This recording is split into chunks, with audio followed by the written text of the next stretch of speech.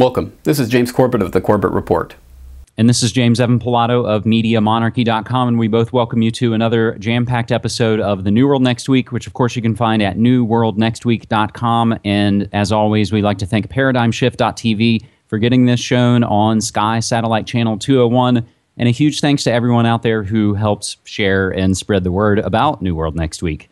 James, we will begin with, I think, a great way to begin this episode in honor of the new launch of one of your newest ventures, and that is FukushimaUpdate.com. And we'll take a recent piece from there, over 20 radioactive hotspots found near Tokyo.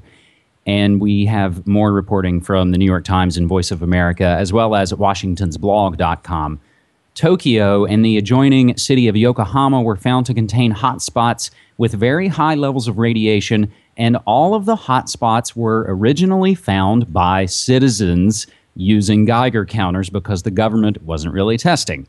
The New York Times reported, quote, "The patch of ground was one of more than 20 spots in and around the nation's capital that the Citizens Group and the respected nuclear research center they worked with found were contaminated with potentially harmful levels of radioactive cesium," end quote.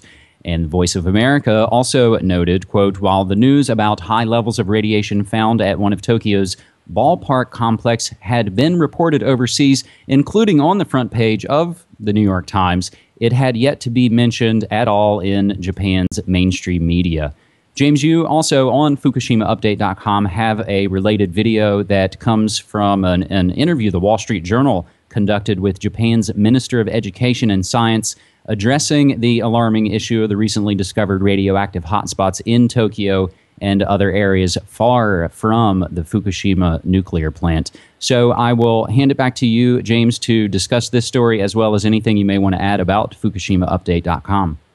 Right, well, in that Minister of Education interview, he is asked about the health effects of these hotspots, and he says, well, the experts agree that there's nothing to worry about because no one's going to stand in the same spot all day. So there you go. I guess that's the official word, and I suppose that probably is true if it really is only isolated to a few hotspots here and there. But as you point out, the citizens are finding these hotspots with their Geiger counters. It's not the government that's actually doing this testing, and just the citizens themselves have been finding hotspot after hotspot.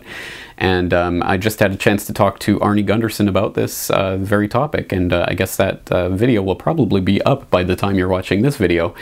So I hope you check that out. But basically, yes, he says these hotspots are probably not new, not signs of new radiation. Probably they've been there for a long time, but that's even more worrying in a way because these hotspots are there, and no one's the government isn't finding them or isn't reporting on them if they are finding them at any rate. Probably even more important than this is the story that also went up on FukushimaUpdate.com recently about iodine-131 that's been being found in gutters, in soil, in gutters in Tokyo, which indicates that there might be recriticality going on in the Fukushima slag heap, aka the reactors, because iodine-131 has a half-life of 8 days. So if there's new iodine-131 cropping up, then it's being produced from somewhere. So that's an extremely worrying story, and one that I haven't seen getting a lot of attention. So I hope people will take a look at that. And yes, thank you for mentioning, yes, FukushimaUpdate.com, my newest website. I really hope people are checking it on a daily basis. I really am trying to put up everything I can possibly find on Fukushima, and that will include things from all perspectives and all sides of this issue. I don't have a dog in this fight, and I'm not trying to prove a point. I'm really just trying to make this an information resource about everything that's being posted about Fukushima at this time. And you are now on Twitter at Fukushima Update as well. And one of the other things posted to the site that, James, you and I briefly discussed off mic is that photo of the radiation suits piling up. That really just kind of puts it into perspective, and you see it because you can hear stories about this and read about it, but when you see a photo, it really kind of strikes home. A related bit to this, James, in a way, is something from ABC News and by way of blacklistednews.com. Son of Stuxnet, ? Researchers warn of impending cyber attack. Duku, D-U-Q-U, a new computer virus using nearly identical parts of the cyber superweapon Stuxnet, has been detected on computer systems in Europe and is believed to be a precursor to a new Stuxnet-like attack, a major U.S.-based cybersecurity company said. And the way that that can be related to our Fukushima updates is the effect on the power plants, nuclear power plants internationally, James. That, I suppose, is our segue to story number 2, where we move to my own cyberspacewar.com. Supreme Court of Canada rules internet links not libel. From the Toronto Star, writers and publishers can't be held liable for online publications that link to defamatory material. The Supreme Court of Canada ruled Wednesday, today here in the States, October 19th. The court dismissed an appeal from Wayne Crooks, a Vancouver businessman and volunteer for the Green Party of Canada. He contends that John Newton, who runs the website p2pnet.net, defamed him by publishing an article that hyperlinked to libelous material. The case required the court to consider whether the common practice of hyperlinking exposes writers and publishers to lawsuits. Internet and public policy experts see it as one of the biggest online defamation cases to date and have been following it closely because it deals with issues fundamental to how the digital world works. Ironically, James, John Newton's article was entitled Free Speech in Canada. Ironic, isn't it? Yes, absolutely. Well, it's great to have a ruling from the Supreme Court of Canada, my home and native land in this case, that actually makes sense. And really, when you start to look at this case, if you take a moment to look at it and the issues involved, it is a complete no-brainer. They had to rule this way. But amazingly enough, they actually did rule on the side of freedom. So imagine that. And it was a unanimous decision, so it wasn't like it was close or anything. But this goes right to the heart of what the internet is and how it works.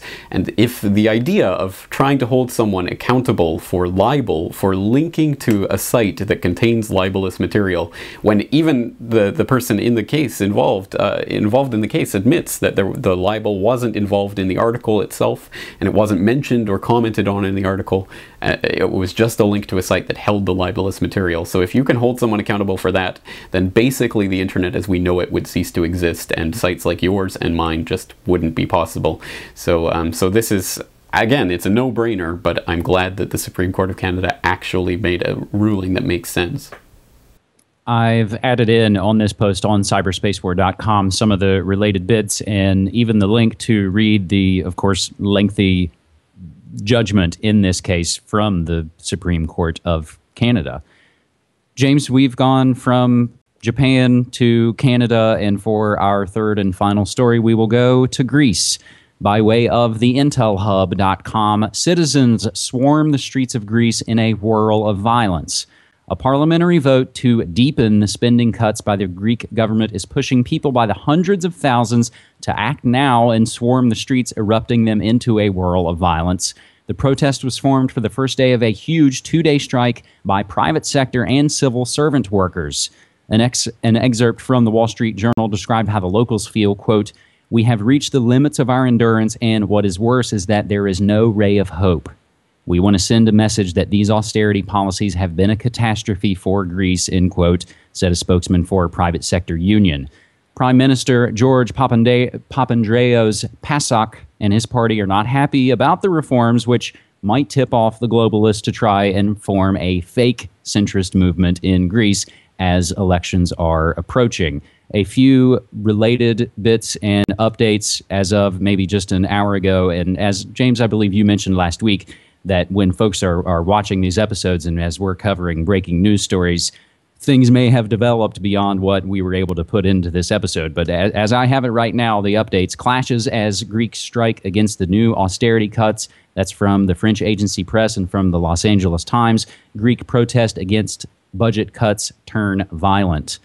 I was contacted just about probably 15 hours ago from a friend of Media Monarchy who lives in Greece. And he said, quote, "The next 2 days are going to be out of control in Athens with protests against the austerity measures," end quote. We'll also provide, James, we discussed this story a few months back as we wondered if Greece was the financial canary in the coal mine. James. I think it's difficult not to see the Greek case in that light, and I wish I knew how to say cojones in Greek, because I just want to say that it's good to see at least the Greek people have been They've been put down and out, and they've been spat upon and trod upon by their politician superiors and the banking interests behind them. But they're not gelded, and they still have the cojones, or the Greek equivalent, to stand up and to at least not go quietly. And of course, we don't want to see violence, and violence is not going to solve anything. But at this point, austerity measures certainly aren't going to solve anything. So I think the people have to make their voices heard, and unfortunately, it's just going to, the violence is going to continue to escalate if political recourses continue to be denied to these people, because as many people have pointed out, I mean, it's just a matter of timing now, the Greek collapse, because it's mathematically impossible that they're going to pay back their debt. And so it is absolutely insane what's happening there, and